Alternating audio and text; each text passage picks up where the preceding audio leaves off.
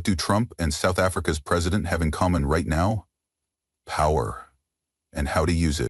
While the US watches Trump re-emerge on the world stage, the UK is gripped by chaos. Boris Johnson's government is hanging by a thread, struggling to pass a domestic policy bill that could define his legacy. But here's the twist. Just as Johnson wrestles with internal collapse, Trump meets with South Africa's leader, sparking rumors of a new geopolitical shift. Is this a calculated distraction, or the beginning of a global realignment? Stay tuned as we dive into this double crisis and ask the big question: who's really winning the global power game?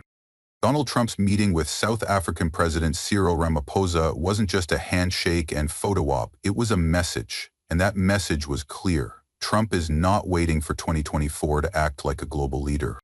In a surprise diplomatic maneuver, Trump met with Ramaphosa to discuss trade partnerships, energy investments, and regional security.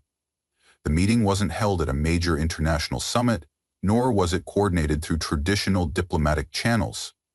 Instead, it appeared to be a calculated side event designed to send a signal. Trump is back, and he's building alliances on his own terms. Sources close to the discussion revealed topics including U.S. energy exports, infrastructure financing, and counter-terrorism cooperation in Africa.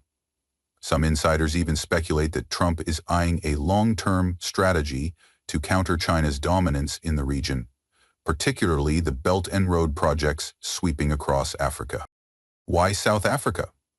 As a leading member of BRICS, the economic bloc that includes Brazil, Russia, India, China, and South Africa, Ramaphosa represents a key swing state in global geopolitics. If Trump can build personal relationships with leaders like him, he could influence future alliances in ways that current officials cannot.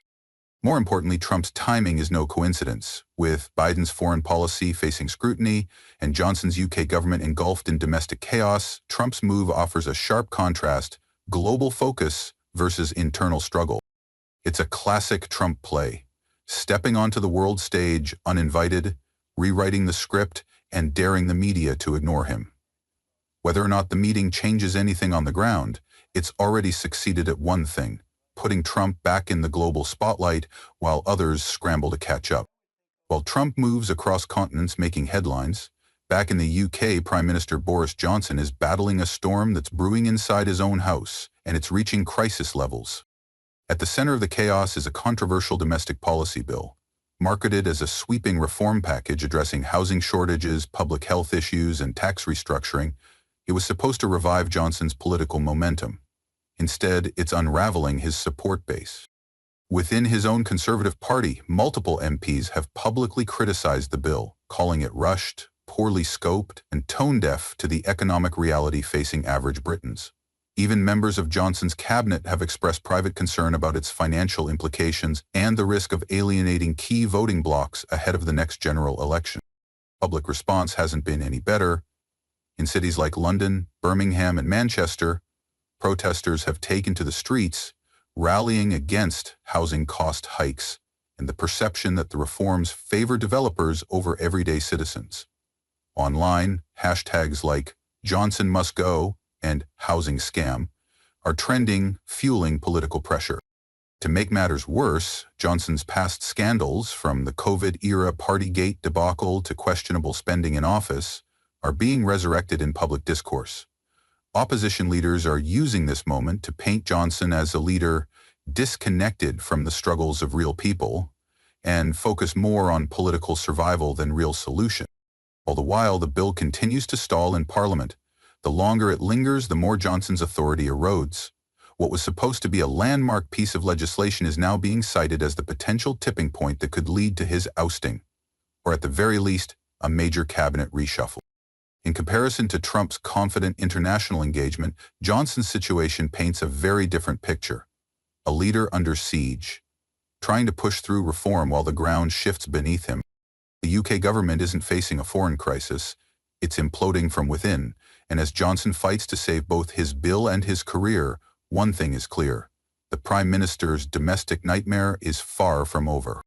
In the age of 24/7 news and instant content, politics is no longer just about policy, it's about perception. And right now, Trump and Johnson are waging two very different media wars. Trump, despite not holding any official office, dominates headlines with strategic moves like his meeting with South Africa's president. Conservative media outlets in the U.S. hailed the event as presidential diplomacy in action, showcasing Trump as a proactive global player while painting Biden as inactive or unfocused. Clips of Trump shaking hands, smiling, and speaking confidently went viral across platforms like X, YouTube, and TikTok, driving the narrative that he's still a force to be reckoned with. In contrast, Boris Johnson is stuck in a media firestorm. UK tabloids and broadsheets alike are running front-page stories on his flailing domestic policy bill, crumbling party support, and resurging scandals. Instead of controlling the narrative, Johnson appears caught in a loop, constantly reacting to bad press rather than creating opportunities to change the story. This difference is critical. Trump understands how to manufacture political theater even when he's not in power. Johnson, on the other hand, is in office, but losing the battle of appearances, both in Parliament and in the press. Public opinion follows perception. When one leader appears confident and international and the other seems embattled and overwhelmed, the difference is amplified. Not just at home, but globally. Ultimately, the media isn't just reporting the news, it's shaping who looks like a winner and who looks like they're on the way out. And in this round, Trump is dictating the visuals, while Johnson drowns in headlines he can't control. At first glance, Trump's international meeting and Johnson's domestic chaos might seem like unrelated stories. But in today's hyper-connected world, these events are deeply intertwined, and the global impact could be far-reaching. Let's start with South Africa. It's not just another stop on the map. As a key member of BRICS, South Africa plays an increasingly strategic role in balancing global power away from the West. By engaging directly with President Ramaphosa, Trump may be attempting to fracture that unity, offering economic partnerships in exchange for alignment with U.S. interests. If successful, this could undermine China's expanding influence in Africa and challenge the BRICS coalition's long-term goals. Meanwhile, in the UK, Johnson's political instability weakens Britain's leverage on the world stage. Post-Brexit, the UK has struggled to redefine its global identity.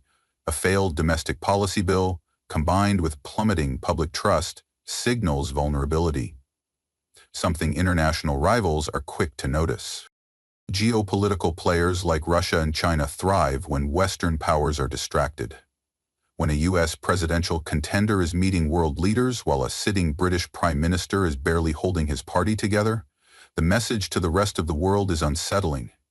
Western leadership is fragmented, and in diplomacy, perception can be just as important as reality. This moment matters because it may mark a shift in who shapes the next era of international influence. With one figure building external relationships and another losing internal control, the global balance could tilt, subtly but significantly. If the West doesn't recalibrate quickly, the future may not be written in Washington or London, but in Beijing, Moscow, or even Johannesburg.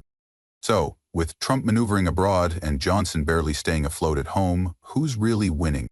At first glance, it seems obvious. Trump appears to be playing the long game, projecting strength, influence, and relevance without holding office. His meeting with South Africa's president wasn't just symbolic, it was a calculated move to present himself as a global statesman, ready to lead again.